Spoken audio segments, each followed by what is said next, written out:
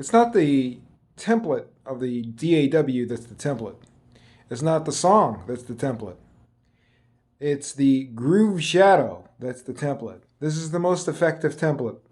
So what happens with that is if you take something like the most ultimate groove shadow ever made, which is the Pharaoh's Jig from the Korg Wave Station, and you paste that into your DAW, and then you do musical sketches around that, you have the formation of like a template.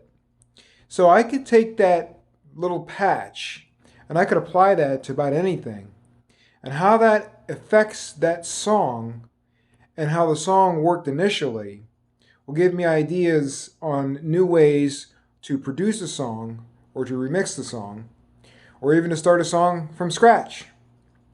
So this is just a thought about how you could use the groove shadow concept as a template for motifs. Now, I already had mentioned this many years ago when I created Groove Shadows, which was just the name I created basically of a phenomenon in music.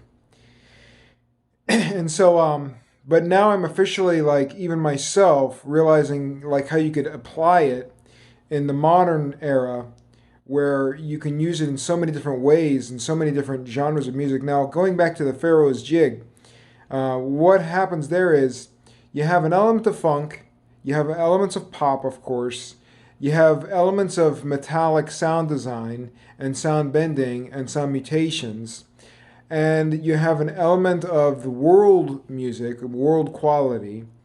And I'm talking about just certain stripped elements of it, not necessarily the entire patch. But what it is also there's kind of a bounce to that patch that's unusual. So it's got a humanity to it, which is very interesting. So it's not a drum loop and it's not a regular song. It's just a little sparkly mixture of wave sequences.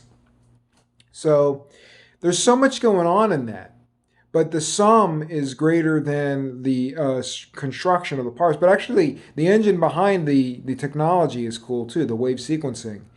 And for me, that's one of the coolest things I was able to ever wrap my head around because it's like, what happens when you develop the coolest synthesizer? Well, then you develop the synthesizer on top of the synthesizer to synthesize the synthesizer. For instance, like if you play really great, then your playing can be a synthesizer. Everything can be turned into a synthesizer, is what I'm figuring out. And everything, like you can have like a modeling vision to it, so that then you would take whatever you did there and apply it to the whole of any kind of production, and make something unique using this tool. So, anyways, the thought on this one is using the groove shadows as a way to trace out additional thoughts for pieces.